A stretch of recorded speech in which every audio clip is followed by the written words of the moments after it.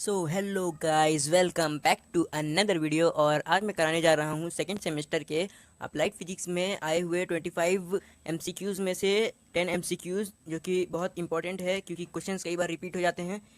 और दोस्तों, मेरे एक वीडियो बनाने में करीब करीब 4 घंटे का समय लग जाता है, लेकिन आपको सब्सक्राइब करने में सिर्फ 1 सेकंड का समय लगेगा। इसलिए मुझे सपोर्ट करने के लिए प्लीज़ चैनल को सब्सक्राइब कर दे और वीडियो को लाइक भी कर दे। तो बढ़ते हैं। ये मेरे वीडियो का सेकंड पार्ट है, और अगर आपको पहला वीडियो देखना है तो आप मेरे प्लेलिस्ट को चेक कर सकते हैं, जिसका लिंक मैंने डिस्क्रिप्शन में दे रखा है। तो बढ़ते हैं आज के 11वें क्वेश्चन की तरफ। क्वेश्चन 11 है, the SI unit of magnetic flux is. और ऑप्शंस है A weber, option B gauss, option C oersted, या option D all of this. तो इसको एक मिनट सोचिए।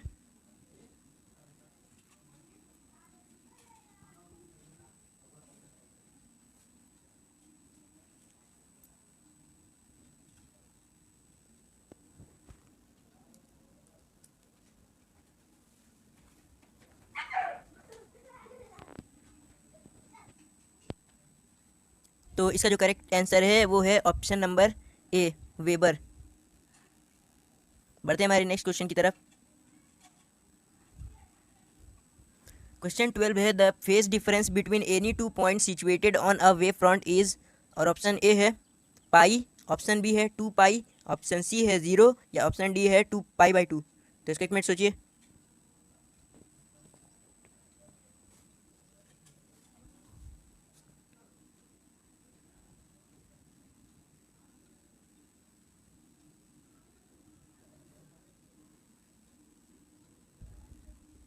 तो पहले मैं इसका जो कॉन्सेप्ट है वो बताता हूँ।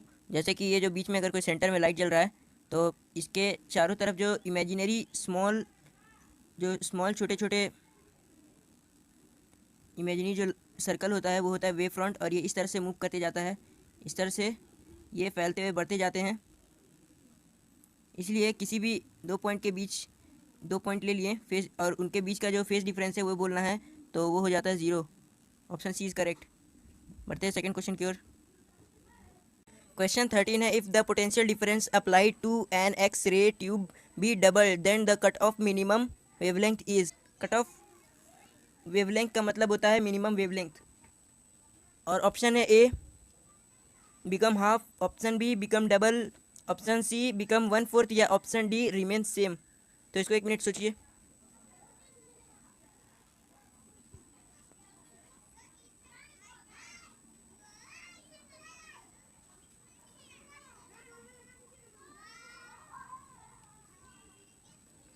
देखिए, एक्सरे का वेवलेंथ निकालने का जो फॉर्मूला होता है वो होता है lambda is equals to h, यानी कि Planck constant, c is equals to speed of light upon e v. यहाँ वी मतलब पोटेंशियल है, और ई मतलब इलेक्ट्रॉन, और वी मतलब पोटेंशियल। तो अब क्वेश्चन में बोला है कि जो पोटेंशियल डिफरेंस है उसको डबल कर दिए हैं, तो इससे जो नया वेवलेंथ होगा वो होगा lambda dash is equals to h c, जो कि कांस्टेंट है फिलहाल, और जो वी है इसको 2 टाइम्स कर दिए हैं। तो इसको एक बार और सजा के इस तरह से लिख सकते हैं, lambda dash is equals to half into h c by e v. तो हम यहाँ पे देख पा रहे हैं कि ये जो हमारा टर्म है ये बिल्कुल ये है। तो इसलिए हम h c by e v के बदले, इस h c by e v के बदले लैम्डा लिख सकते हैं। तो लिख देते हैं यहाँ से कि lambda dash is equals to half of lambda. तो इसलिए जो हमारा करेक्ट ऑप्शन है वो समझ में आ रहा है कि lambda dash is equals to half lambda. इसलिए जो वेवलेंथ है वो आधा हो जाएगा। Option a is the correct answer. बढ़ते हैं नेक्स्ट क्वेश्चन की तरफ। क्वेश्चन 14 है, two resistance of 6 ohm and 8 ohm are connected in parallel and the combination is connected across a 24 volt battery. The total power consumed is. और option है a 48 watt, option b 84 watt, option C 168 वाट, या option D 36 वाट। तो इसको एक minute सोचिए।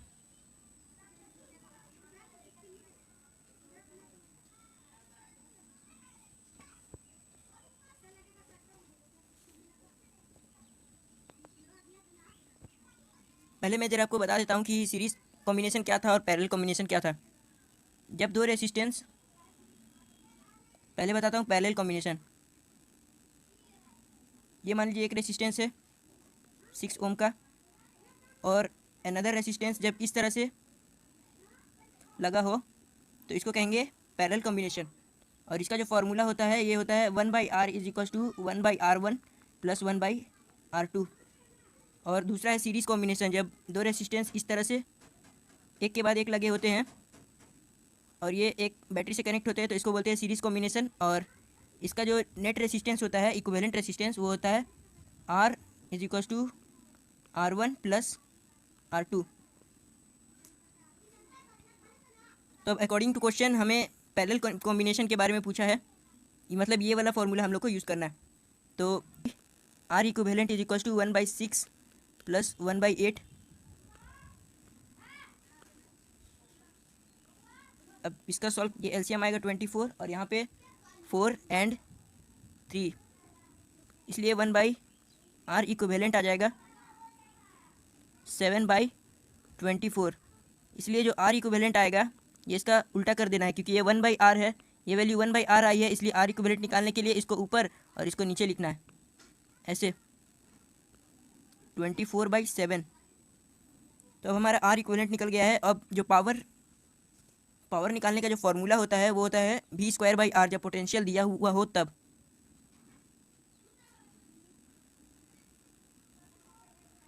इसलिए power in a circuit is equal to v²/r। अब ये जो वैल्यू दी थी ये थी 24 और ये जो वैल्यू निकल के आई है ये है 24/7। तो इसे सजा के लिखने पर ये हो जाएगा P इज इक्वल टू 24 के स्क्वायर को इस तरह से लिख सकते हैं 24 इंटू 24, और ये 24 और बटे में जो 7 था उसको ऊपर ले जाएंगे तो ऊपर 7 इस तरह से लिखा जाएगा। अब ये 24 को 24 से काट सकते हैं। अब करना है 24 इंटू 7, तो ये जो बन के आ जाएगा 168, और पावर की इकाई जो होती है वो होती है वाट। तो हमारा यही हो जाएगा आंसर। देखते हैं हमारा ऑप्शन आंसर किस ऑप्शन में है। तो option C is the correct answer. उम्मीद है आपको वीडियो पसंद आ रही होगी, इसीलिए प्लीज़ इसे सब्सक्राइब कर दें मेरे यूट्यूब चैनल को। बढ़ते हैं नेक्स्ट क्वेश्चन की ओर। क्वेश्चन 15 है, for obtain a P type semiconductor the doping is to be done with the impurity material which is. और ऑप्शन है A tetravalent, option B pentavalent, option C trivalent, या option D none of this. तो इसको एक minute सोचिए।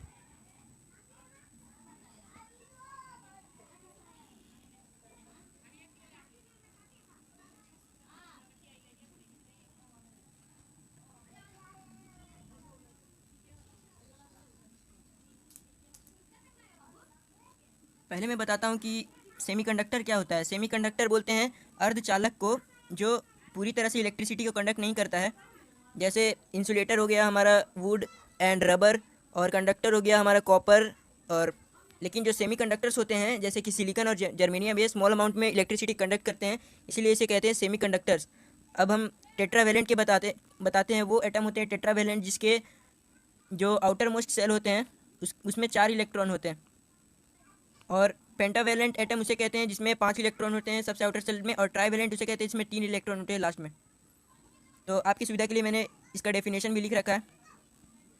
P type semiconductor when group 14 element like silicon germanium is doped with electron deficient group भी पूछ सकता है, group 13 element like boron, then it is called a P type semiconductor. इस बार इसका सिंपल एक एमसीक्यू आ गया है, तो हो सकता है अगला बार इसका परिभाषा पूछ ले कि बताओ एन टाइप सेमीकंडक्टर या पी टाइप सेमीकंडक्टर किसे कहते हैं। अब दूसरा है n type semiconductor when group 14 element like silicon germanium. ये लाइन दोनों में ही है। वो ऐसा इसलिए क्योंकि हम लोग हमेशा ग्रुप 14 के एलिमेंट में ही कोई दूसरा एलिमेंट मिला के उसको पी टाइप या एन टाइप सेमीकंडक्टर बनाते हैं। और एन टाइप में ग्रुप 15 एलिमेंट्स को मिलाते हैं, और वो है phosphorus, antimony, arsenic. N type नाम से ही जाहिर है कि एन मतलब नेगेटिव चार्ज, मतलब यहाँ जो कैरियर्स होंगे चार्ज के वो हो गए इलेक्ट्रॉन। और यहाँ पी टाइप यानी कि ये चार्ज कैरियर्स प्रोटॉन्स यानी कि पॉजिटिव चार्ज जो कि होल होते हैं वो होंगे। तो अब यहाँ से आंसर आपको मिल गया होगा कि ग्रुप 13 एलिमेंट्स को मिलाते हैं। तो हम लोग आगे चलते हैं। यहाँ पे जो ट्राईवेलेंट एटम होते हैं, इसके जो आउटर मोस्ट में 3 इलेक्ट्रॉन होते हैं इस तरह से, और यहाँ पे एक जो है ना, यहाँ पे एक होल रहता है जिसमें आके बैठ सकता है कोई इलेक्ट्रॉन। तो इस तरह से ये जो है इलेक्ट्रिसिटी को कंडक्ट करते हैं। ग्रुप 30 के एलिमेंट्स ट्राईवेलेंट होते हैं, मैं लिख दे रहा हूँ। और ग्रुप 15 के एलिमेंट्स जो होते हैं वो होते हैं पेंटावेलेंट।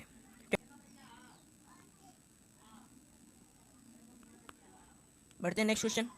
क्वेश्चन 16 है the lasing action is based on, और ऑप्शन है A simulated emission, option B spontaneous emission, option C adsorption, या option D none of this. तो इसको एक मिनट सोचिए।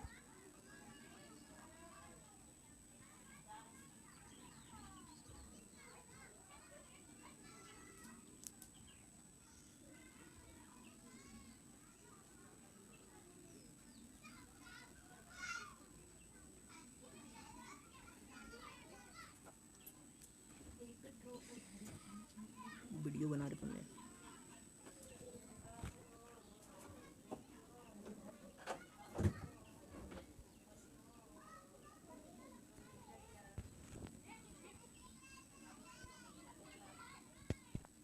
देखिए लेजिंग जो वर्ड है वो असल में आया है वर्ड लेज़र से, तो इसलिए आपको कंफ्यूजन ना हो इसलिए यहाँ पे मैं लेज़र लिख दिया हूँ। और लेज़र असल में किस एक्शन पे बेस्ड है, वो किस थ्योरम पे काम करता है, वो आपको बताना है। तो इसका जो करेक्ट आंसर है वो है ऑप्शन ए सिमुलेटेड इमिशन। और इसकी डेफिनेशन या एक्सप्लेनेशन मैं दे चुका हूँ, यहाँ पे देखिए। Due to simulated emission of photons यानी कि light multiply in each step giving rise to the intense beam of photons. Intense beam यानी कि स्पीड ऑफ लाइट जो इंटेंसिटी होती है उसको बढ़ा देता है। That are coherent and moving the same direction is called laser action. तो इसको एज अ डेफिनेशन आप याद रख सकते हैं, आपको काम आ सकता है। बढ़ते हैं हमारे question 17। The induced EMF in 1 milli henry inductor in which the current change from 5 ampere to 3 ampere in 10⁻³ second. यहाँ पे 10⁻³ सेकेंड इज, और ऑप्शन है a 2 × 10⁻⁻6 volt, option b 8 × 10⁻⁻6 volt, या ऑप्शन सी 2 वोल्ट, या ऑप्शन डी 8 वोल्ट। तो इसको एक minute सोचिए।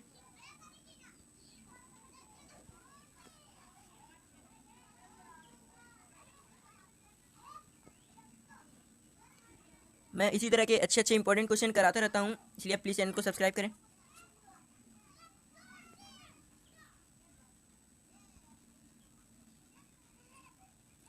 इस क्वेश्चन का कंसेप्ट जो है वो है इसी डिनोट करते हैं।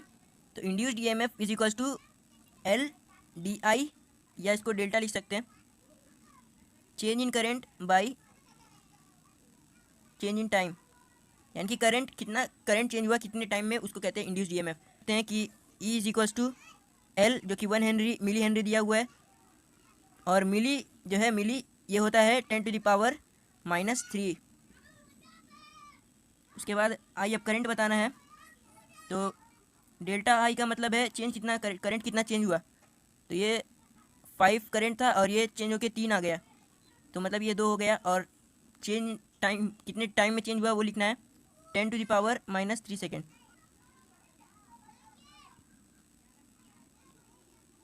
तो हम यहाँ से लिख सकते हैं ये -3 और -3 यहाँ से कट जाएगा, और 5 में से 3 घट के 2 आ जाएगा, और यही हम लोग का आंसर हो जाएगा। और यूनिट लिखना जरूरी है 2 वोल्ट।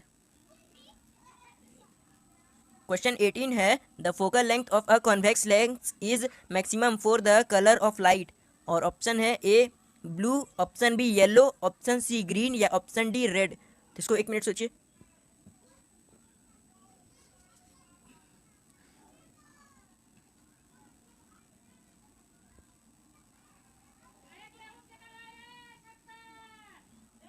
इसका जो करेक्ट आंसर है वो है ऑप्शन डी रेड। बढ़ते हैं हमारे नेक्स्ट क्वेश्चन की ओर। Question 19 in the interference fringe if width of dark band is B1 and that of the bright band is B2 then. और ऑप्शन है, पहले क्वेश्चन समझाता हूँ कि ये डबल स्लिट एक्सपेरिमेंट में जो मान लीजिए यहाँ पे ब्राइट फ्रिंग बना, और मान लेते हैं यहाँ कहीं एक डार्क, यहाँ पे एक ब्राइट है और यहाँ पे एक डार्क है, और इसका रेशियो बोल रहा है डार्क बैंड का, इसका बोला है B2 और इसका बोला है B1, और हमें बताना है B1 और B2 का बीच रिलेशन, इन दोनों के बीच रिलेशन बताना है। और ऑप्शन है a 2 times B1 is equal to B2, और ऑप्शन बी है 2 times B2 is equal to B1, और C is equal to B1 is equal to B2, और डी है B1 plus 3B2 is equal to 1।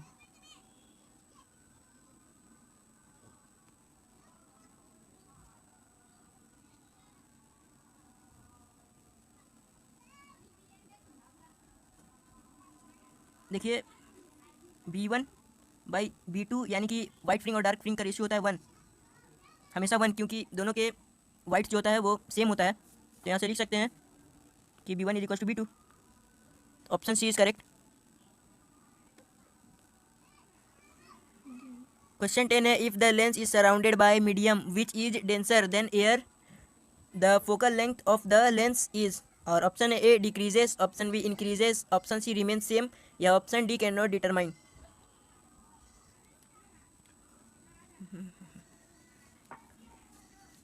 तो question अच्छे से समझाता हूँ। क्वेश्चन के अनुसार मान लेते हैं कि फोकस कुछ था एयर में, मान लेते हैं ये फोकस था 5 यूनिट, लेकिन जब इसी लेंस को किसी मीडियम में ले गए तो इसका थोड़ा सा जो फोकस होता है ना वो चेंज हो जाएगा, उसका फिर फोकस जो है वो इंक्रीज हो जाएगा या डिक्रीज हो जाएगा वो बताना है। तो इसका जो करेक्ट आंसर है वो है फोकस इंक्रीज हो जाता है। यहाँ पे इसका एक्सप्लेनेशन देख सकते हैं। जब किसी लेंस को रेयर से डेंसर मीडियम में ले जाते हैं तो उसका जो फोकल लेंथ होता है वो इंक्रीज हो जाता है। तो आज की वीडियो में इतना ही। उम्मीद है आपको वीडियो पसंद आया होगी, तो प्लीज़ इसे सब्सक्राइब कर दे मेरे चैनल को, ताकि मैं इसी तरह के अच्छे अच्छे क्वेश्चंस कराता रहूं। Thank you.